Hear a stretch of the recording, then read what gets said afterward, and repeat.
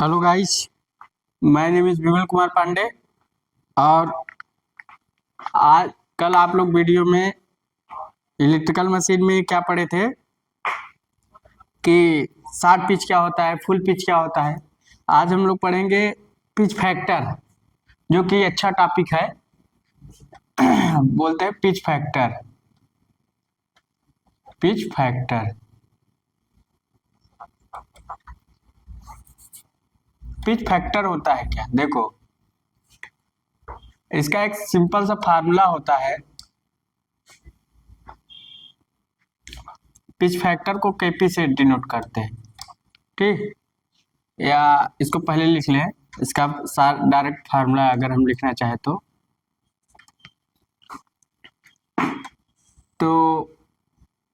Pitch factor होता है क्या? पिच फैक्टर मतलब होता है जो शॉर्ट पिच में इंड्यूस्ड ईएमएफ होता है। जो शॉर्ट पिच में इंड्यूस्ड ईएमएफ, देखो इस्तेमाल सा बना लो, आपको समझने के लिए बता दे रहा हूं। तो देखो, ये तो फुल पिच है। शॉर्ट पिच हमने बताया था यहीं से होगा। तो शॉर्ट पिच में जो इंड्यूस्ड ईएमएफ होगा, इसका वेक्टर सम। शॉर्ट पिच इसको बोलते हैं, ये आपका क्या है? शॉर्ट पिच है, एन और एस। तो ये कॉइल पिच हो गई, और टोटल पोल पिच हो जाती है वाई पी। तो शॉर्ट पिच में जो इंड्यूस्ड ईएमएफ होगा उसका वेक्टर सम, और फुल पिच में जो इंड्यूस्ड ईएमएफ उत्पन्न होगा उसका अर्थमेटिक सन का अनुपात पिच फैक्टर कहलाता है। ये पिच फैक्टर है।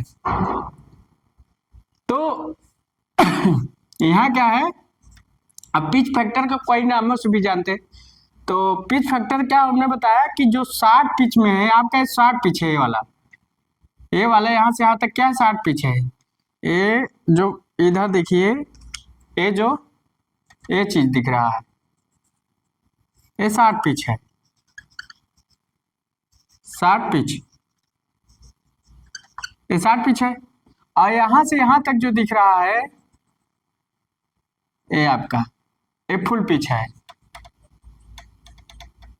तो फुल पिच, तो शॉर्ट पिच का जो शॉर्ट पिच में जो इंड्यूस्ड ईएमएफ उत्पन्न होता है उसका वेक्टर सम, और जो फुल पिच में इंड्यूस्ड ईएमएफ होता है उसका अर्थमेटिक सन का जो रेशियो होता है वही पिच फैक्टर कहलाता है। तो पिच फैक्टर कई नामों से जानते हैं। एक इसको चोर्डिंग फैक्टर भी बोलते हैं। कौन सा? चोर्डिंग फैक्टर, CHORDIN, चोर्डिंग फैक्टर, या कॉइल स्पान फैक्टर के नाम से भी जानते हैं, या कॉइल स्पान फैक्टर। तो चोर्डिंग फैक्टर कहिए चाहे कॉइल स्पान फैक्टर कहिए, मतलब कई नामों से पूछ लेता है। तो पिच फैक्टर क्या हुआ? शॉर्ट पिच में, जो शॉर्ट पिच में इंड्यूस्ड ईएमएफ उत्पन्न हुआ और उसका वेक्टर सम, और जो फुल पिच में इंड्यूस्ड ईएमएफ उत्पन्न हुआ उसका अर्थमेटिक सन का रेशियो क्या कहलाता है? पिच फैक्टर कहलाता है। तो हम यहाँ लोग लिख सकते हैं। अगर इसको बनाना चाहे तो आप लोग बना लीजिएगा।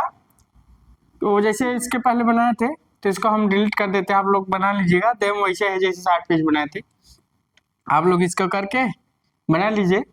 तो यहाँ एन पोल कर दिए, फुल पिच हो गया। तो फुल पिच क्या आता है? Pole pitch coil pitch equal होती है। शॉर्ट पिच में क्या होता है? Coil pitch pole pitch equal नहीं होती, तो शॉर्ट पिच हो जाता है, वाइंडिंग शॉर्ट पिच। तो इसको हम मिटा देते हैं। अब हम इसका लिखते हैं। तो देखो, लिखेंगे induced EMF for short pitch coil,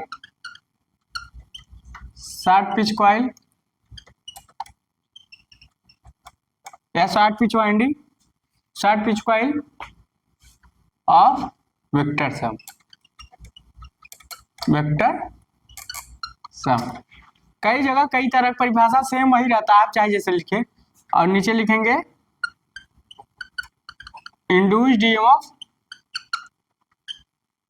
for full pitch coil, full pitch coil induced EMF full pitch coil of arithmetic sum, of arithmetic sum. अब देखो ये तो केपी पिच फैक्टर को केपी से डिनोट करते हैं, पिच फैक्टर को चोटी फैक्टर या कॉइल स्पान फैक्टर के नाम से भी जानते हैं। पूछ लेता है चोटी फैक्टर क्या होता है, कॉइल स्पान फैक्टर या पिच फैक्टर, तीन नाम से जानते हैं। अब देखो इसका इंड्यूस्ड, अब देखो एक इसका हम डायग्राम बनाते हैं, एक वेक्टर सम का बनाते हैं, एक अर्थमेटिक सम का। तो ए वेक्टर सम का आपको मान लीजिए यहां से आपका मान लीजिए यहाँ मान लीजिए अल्फा एंगल बना रहा है, ठीक। तो यहाँ एंगल अल्फा बना रहा है, तो यहाँ अल्फा बाई 2 बनाएगा, तो यहाँ भी अल्फा बाई 2 बनाएगा।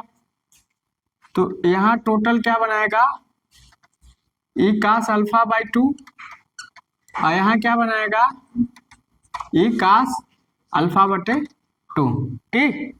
अब यहाँ टोटल क्या हो जाएगा 2e कास अल्फा बटे 2। ये वेक्टर सम है, ये क्या होगा वेक्टर सम है, वेक्टर सम बोलते हैं। अर्थमेटिक इसको बना लीजिएगा। तो अर्थमेटिक सम में क्या हुआ, ये मान लीजिए यहाँ से यहाँ तक टोटल क्या है, ये मान लीजिए ई है, यहाँ से यहाँ तक क्या है ई है, और टोटल क्या हो जाएगा 2e हो जाएगा, ठीक। क्या हो जाएगा टोटल 2e हो जाएगा, ठीक। तो टोटल क्या हो जाएगा 2e हो जाएगा। तो अर्थमेटिक सम है, अर्थमेटिक सम। तो वेक्टर सम हम लोग निकाल लिए और अर्थमेटिक सम। तो वेक्टर सम हम क्या रखेंगे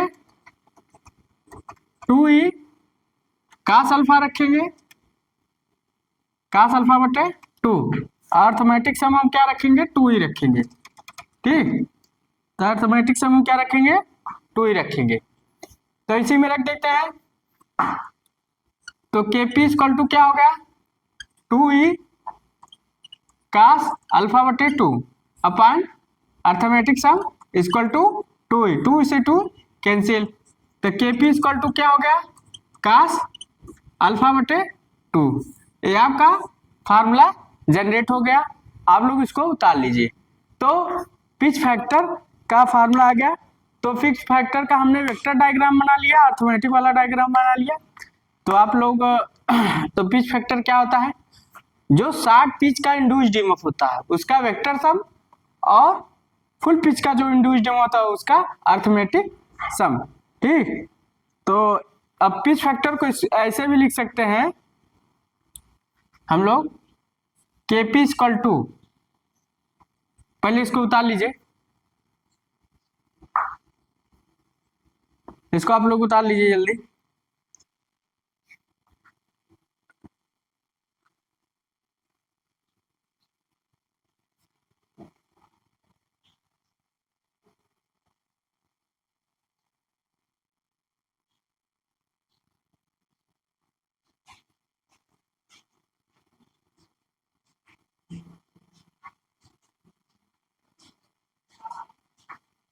तो इसको आप लोग उतार लीजिए।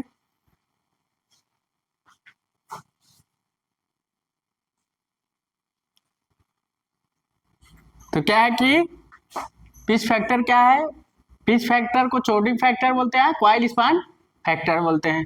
तो आप लोग उतार लिए होंगे। अब पिच फैक्टर को और नामों से ये वेक्टर डायग्राम बना लीजिएगा। ये होता है ई कास अल्फा बटे टू, ई कास अल्फा बटे two, two E cos alpha बटे two, alpha alpha by two, alpha by two. Arithmetic का E as total two E, arithmetic sum vector sum हो गया। तो KP equal to cos alpha by two निकल गया। ठीक, अब हम लोग इसको मिटाते हैं। अब देखो ऊपर वाला लिख लिए होंगे, अब हम इसको इस तरीके से भी लिख सकते हैं। तो आप लोग उतार लिए होंगे। अब हम लोग इसको इस तरह से लिख सकते हैं। तो 60 pitch upon KP equal to हम क्या लिख सकते हैं? केपी इक्वल टू क्या होता है? ये हम लिख सकते हैं 60 पिच अपान फुल पिच, फुल पिच। और फुल पिच को हम क्या लिख सकते हैं? इंटू 180 डिग्री, या इसको ऐसे भी लिख सकते हो 60 पिच अपान फुल पिच, 60 पिच अपान फुल पिच। फुल पिच को हम लोग क्या बोलते हैं? पोल पिच भी बोलते हैं। क्या बोलते हैं? पोल पिच, याद रखिएगा, पोल पिच इंटू 180 डिग्री। तो केपी को हम लोग ऐसे भी लिखते हैं, आप लोग ताल लीजिए। तो पिच फैक्टर को हम लोग इससे भी लिखते हैं कि पिच फैक्टर होता है क्या? तो 60 पिच अपान कई नामों से जानते हैं। अब इसमें एक हम केपी इक्वल टू क्या आता है? काफ अल्फा बटे टू। तो अल्फा क्या है? 60 पिच एंगल है। देखो 60 पिच जो हमने, जैसे मान लीजिए ये आपका फुल पिच वाइंडिंग होगी, तब फुल पिच वाइंडिंग होगी तो यहां से यहां, और 60 पिच हमने, तो यहां से ये 60 पिच हो गई। अब यहाँ जो ये एंगल है इसको चोरडी एंगल बोलते हैं, कॉइल स्पान फैक्टर एंगल बोलते हैं, या पिच एंगल बोलते हैं। या इसको चोरडी एंगल बोल सकते हैं, पिच एंगल बोल दो, PITCH। तो इसको बोलते हैं पिच एंगल। तो पिच एंगल इसको बोलते हैं। अब पिच एंगल बोलते हैं तो क्या हुआ? तो पिच एंगल हमको भी निकालना होता है। तो पिच एंगल हम लोग निकाल सकते हैं, इसको भी, ये जो आप लिखो इसको अल्फा भी, अल्फा की तरह लिख सकते हो। अल्फा इक्वल टू इतना भी होता है। तो अल्फा निकालने के लिए 60 पिच अपान पोल पिच इंटू 180 डिग्री कर दोगे तो अल्फा निकल जाएगा। तो अल्फा निकालने का तरीका है, कहीं अल्फा आपको निकालना पड़ेगा। ठीक, तो पिच एंगल हो गया, आप लोग उसको उतार लिए होंगे। तो पिच एंगल समझ गए होंगे, alpha equal to pitch angle है कि 60 पिच एंगल इसको बोलते हैं। चाहे 60 पिच एंगल बोल लो,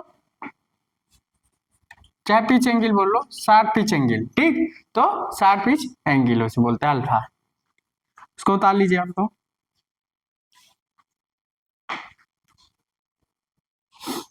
तो पिच फैक्टर क्या हुआ आप लोग जाने।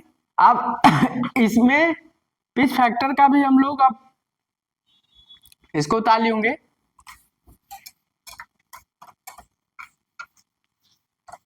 अब हम लोग पिच फैक्टर में ही देखेंगे कि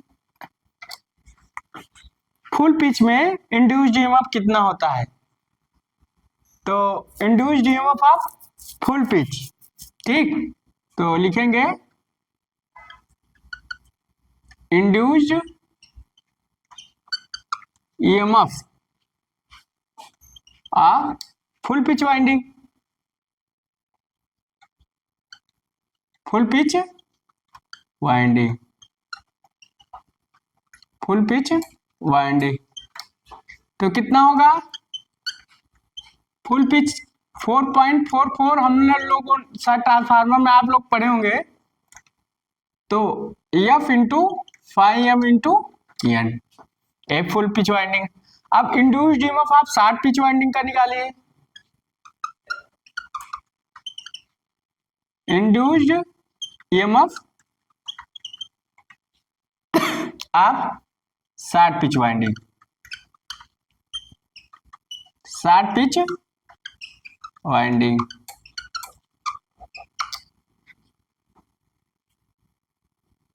तो शॉर्ट पिच वाइंडिंग, तो एक फार्मूला हम जानते हैं, देखो फार्मूला क्या अभी निकाले हैं, केपी इक्वल टू क्या होता है, शॉर्ट पिच का इंड्यूस्ड ईएमएफ और फुल पिच का इंड्यूस्ड ईएमएफ। तो इसको हम अपोजिट कर सकते हैं, short pitch equal to KP equal to full pitch का इंड्यूस्ड ईएमएफ। ये रिलेशन आप कहीं पूछ सकता है, तो इसको आप लोग उतार, अब इसी में उतार देते हैं। तो शॉर्ट पिच इक्वल टू, तो फुल पिच का induced EMF 4.44 F 5m into N into KP. ये आपका induced EMF of short pitch winding और induced EMF of full pitch winding निकाल लिए। आप लोग इसको उतार लीजिए।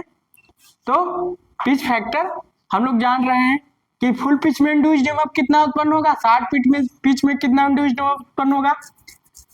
अब हम फुल पिच वाइंडिंग की बात करें, जैसे केपी इक्वल टू हम क्या लिखे, कास अल्फा बटे 2, ठीक। अब हम फुल पिच वाइंडिंग की बात करें, किसकी, इधर हम कर देते हैं। तो full pitch winding, full pitch winding, तो फुल पिच वाइंडिंग की बात करें तो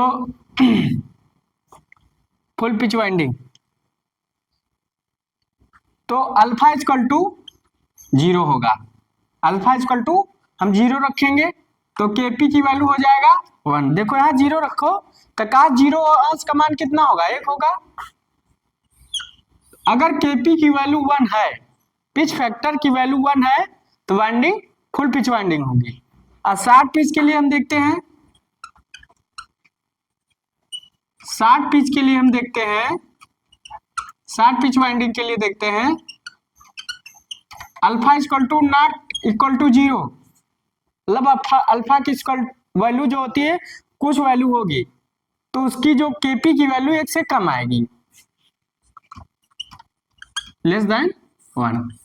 मतलब शॉर्ट पिच वाइंडिंग के लिए पिच फैक्टर का मान 1 से कम आता है, और फुल पिच वाइंडिंग के लिए पिच फैक्टर का मान 1 आता है। कहीं कहीं कंपटीशन एग्जामों में यही पूछ लेता है, कहीं क्वेश्चन में सवाल में दे देगा, ठीक। कहीं फुल पिच वाइंडिंग लिख के दे देगा, लंबा सा बड़ा सा सवाल दे देगा, पूरा एक आधे पन्ने का दे देगा, उसमें आप लोग अर्जे रहोगे कि फुल पिच वाइंडिंग में पिच फैक्टर पूछेगा, फुल पिच वाइंडिंग में पिच फैक्टर का मान बताइए। सीधा आंसर मारना है, उसमें लगाने की दिक्कत ही नहीं है। अब फुल पिच वाइंडिंग का जहां तक अगर देखोगे तो न्यूमेरिकलों में 0.96 या 0.95 करके आंसर रहता है। तो आप लोग कभी कभी दिमाग का भी यूज करेंगे कि लगाने मत बैठिए, लगाएंगे तो कंपटीशन में टाइम नहीं है कि लगाना पड़ेगा, 60 ट्रिक खाता है अपना।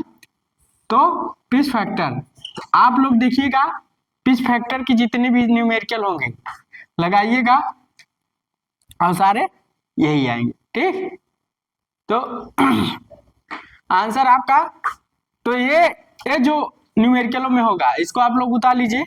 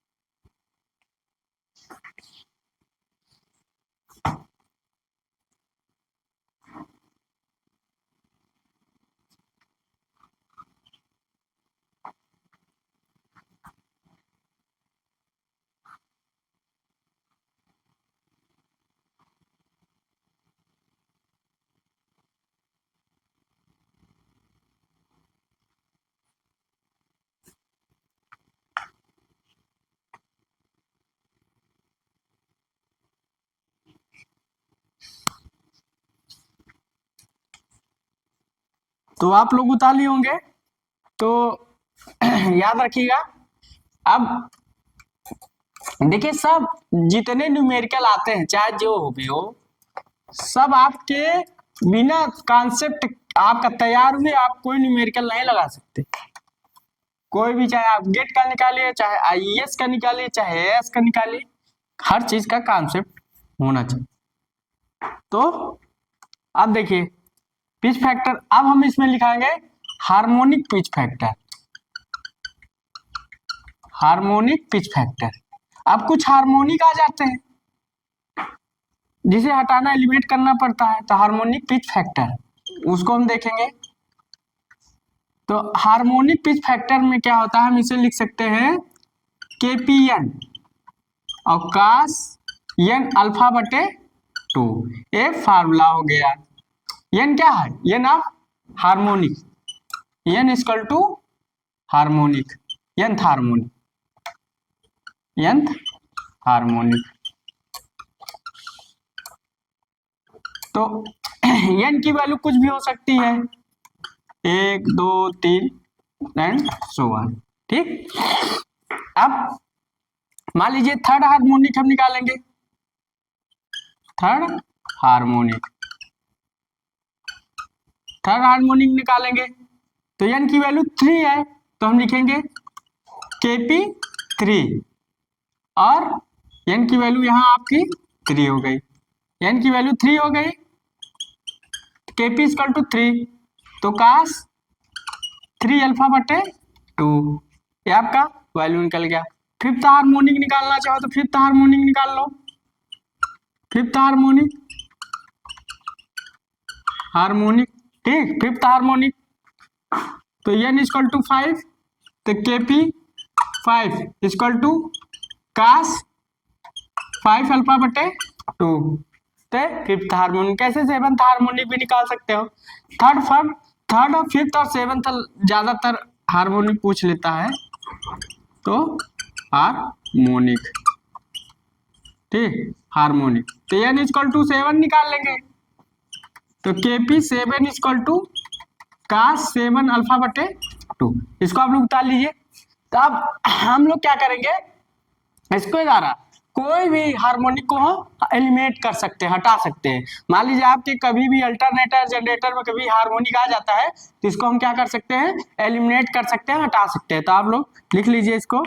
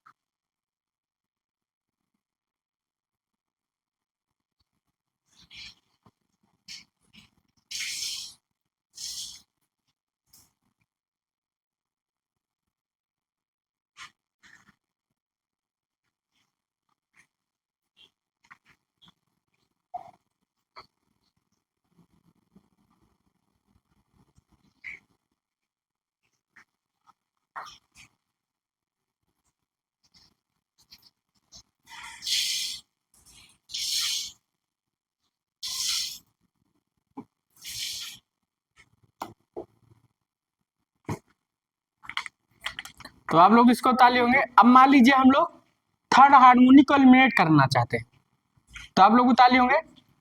तो मान लीजिए हम लोग थर्ड हार्मोनिक को एलिमिनेट करेंगे इसको, तो थर्ड हार्मोनिक को एलिमिनेट करना चाहते हैं, तो एलिमिनेट टू, एलिमिनेट मतलब थर्ड हार्मोनिक को हटाना चाहते हैं, eliminate to third harmonic, third harmonic,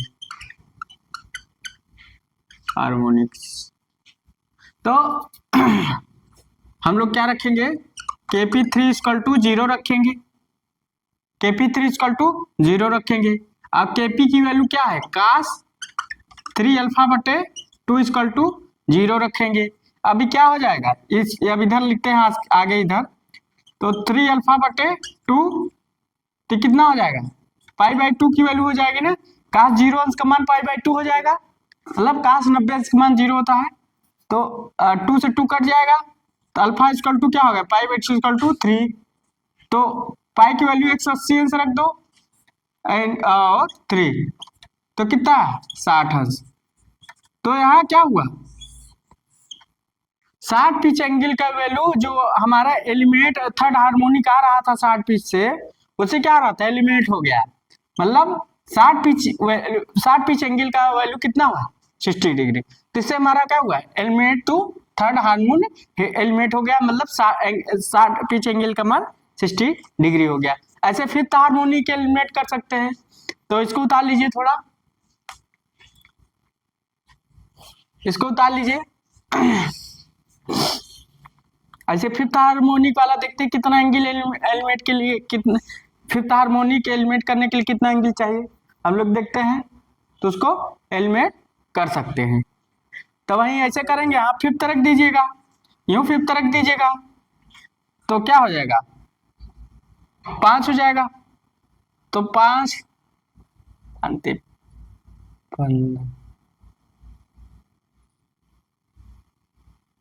5 से भाग देंगे तो कितना आएगा 180 में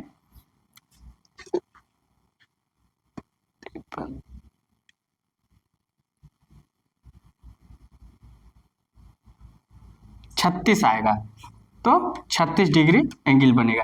कभी कभी एंगल पूछ लेता है, आ ना तो भाग दे लीजिए, तो 180 डिवाइड बाई 5 15 3 0 5 6 30, मतलब 36 डिग्री। तब एंगल उस कंडीशन में क्या होगा, अब यही इसको अब आप लोग उतार लिए होंगे, तो एलिमेंट टू फिफ्थ हार्मोनिक है लिख दीजिए, कोई दिक्कत नहीं, फिफ्थ हार्मोनिक, तो अब यहाँ के 5 कर दीजिए, यहाँ जहाँ 3 है वहाँ 5 कर दीजिए, यहाँ 3 वहाँ 5 कर दीजिए, यहाँ 5 कर दीजिए, यहाँ 5 कर दीजिए, और देन कितना हुआ 36, देन कितना हुआ 36, तो अल्फा की वैल्यू कितनी हो गई 36, मतलब हम लोग फिफ्थ हार्मोनिक भी एलिमेंट कर दिए, थर्ड तो किए ही किए, फिफ्थ कर दिए, सेवंथ कर दिए, तो सारे आप जितने हार्मोनिक आ रहे हैं आपके जनरेटर अल्टरनेटर में आप लोग हटा सकते हैं, ठीक। तो ये हार्मोनिक पिच फैक्टर है, इसको उतार लीजिए।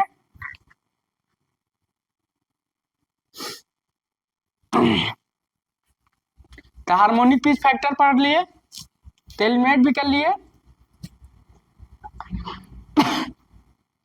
तो अब हम लोग चलते हैं डिस्ट्रीब्यूशन फैक्टर। तो पिच फैक्टर के बारे में पढ़ लिए, पिच फैक्टर होता है क्या, ठीक। तो सारे एक तरफ से वीडियो बनेंगे, आप लोग को किसी चीज में ऐसा नहीं लगेगा कि नहीं नहीं आपको पढ़ाया नहीं गया है, ठीक। तो आज आप लोग पिच फैक्टर पढ़े हैं कि पिच फैक्टर होता है क्या, कैसे डिवाइडेशन करते हैं, तो आज पिच फैक्टर जाने। तो दोस्तों पिच फैक्टर के बारे में आज हमने जितना बताना था बता दिया, अब अगला वीडियो आपका डिस्ट्रीब्यूशन फैक्टर आएगा। सो दोस्तों, अगर आपको अच्छा लग रहा है, मेरा वीडियो पढ़ाने का तरीका अच्छा लग रहा हो, तो एक बार लाइक एंड सब्सक्राइब जरूर कर दीजिएगा, ज़्यादा से ज़्यादा बेल आइकन को दबा दीजिएगा, और अभी डिस्ट्रीब्यूशन फैक्टर पिच फैक्टर से का हो सकता है न्यूमेरिकल लगवाए, तो आपको एकदम क्लियरेंस हो जाएगा कि हाँ जो हमने बोला था सही है कि नहीं है। So guys, so thanks.